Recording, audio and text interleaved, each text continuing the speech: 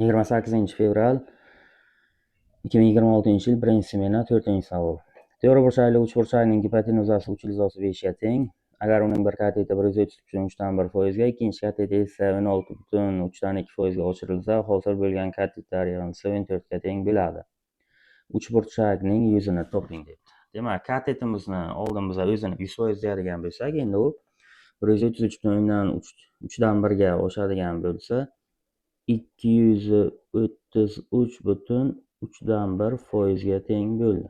Demak, buni noto'g'ri kasrga o'tadigan bo'lsak, 700 taqsim 3% bo'ldi.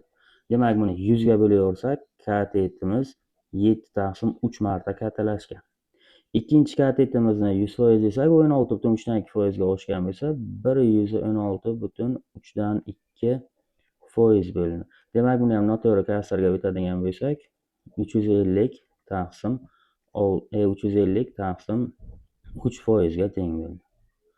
Ana endi buni 100 ga bo'lish uchun 2 ga ko'paytira olsak, 700 taqsim 6% bo'lsa, demak 100 ga bo'laversak, navbatdagi katetimiz 7 taqsim 6b ko'rinishida keladi. Demak, hosil bo'lgan katetlar yig'indisi 14 ga teng.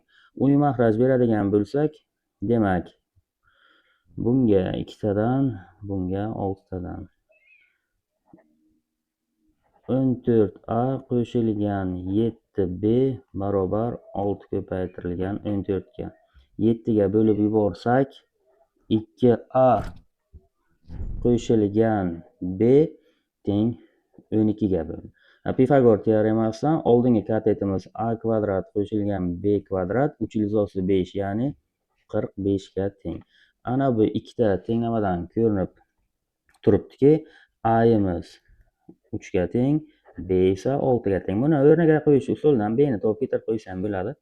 Biz buni tanlash yo'li bilan topdik. Demak, a 3 bo'lsa 2 ta 3 6 bo'ladi. 6 ga 6 12. A kvadrat 3 kvadrat 9, 6 ning kvadrati 36 45 bo'ladi. Demak, to'g'ri burchakli uchburchagimiz bor ekan. Buni katetlari 3 va 6 ekan. Demak, yuzini topish uchun 1 taqsim 2 katetlar ko'paytmasi qiladigan bo'lsak, javob 9. Demak, bu misolimizda to'g'ri javob A javob bo'ladi.